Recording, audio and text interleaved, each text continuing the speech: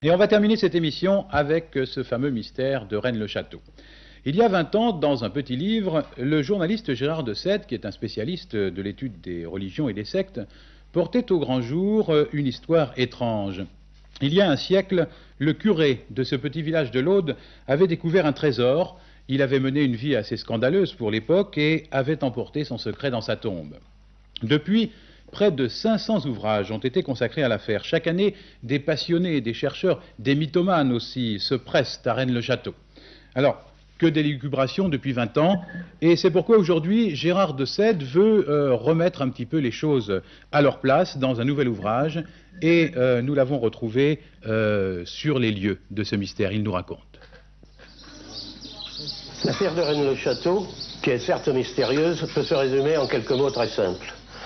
Comment l'abbé Saunière, arrivé très pauvre dans ce coin perdu de l'Aude, a-t-il pu dépenser, comme ses livres de compte en font foi, 1,5 milliard de centimes en 20 ans? D'où provenaient ces ressources? On a émis plusieurs hypothèses, qui ne sont pas toutes sérieuses.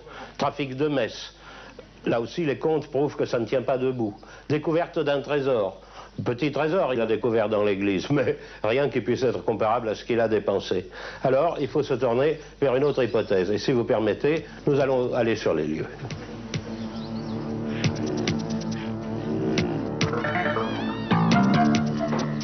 Béranger Saunière était membre d'un ordre rosicrucien qui s'appelait l'Ordre du Temple et de la Rose-Croix, fondé par un autre occitan qui était Joséphin Péladan.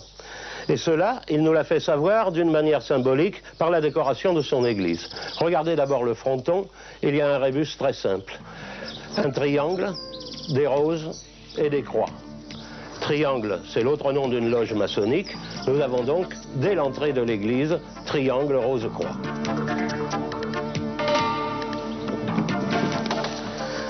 Dans cette église, on est accueilli par le diable. Voilà qui n'est déjà pas banal. Et ce diable, nous le retrouvons encore caché, comme dans les rébus chercher le corbeau, dans la tête du mouton qui est sur le confessionnal.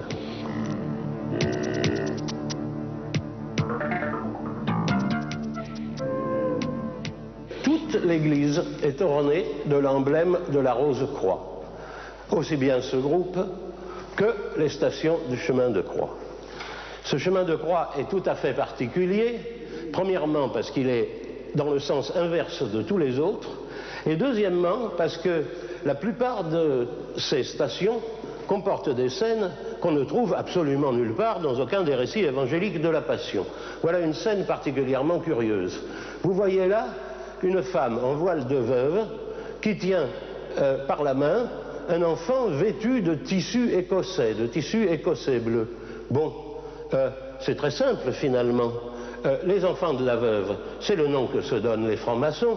On a donc là affaire à des personnages maçonniques de rite écossais.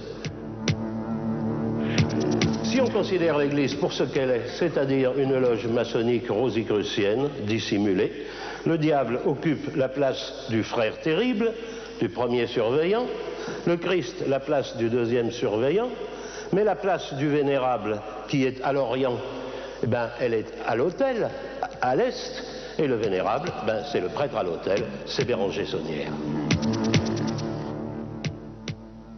Eh bien, il faut savoir, d'une part, que parmi les visiteurs reçus par Saunière à Rennes-le-Château, il y avait un archiduc de Habsbourg.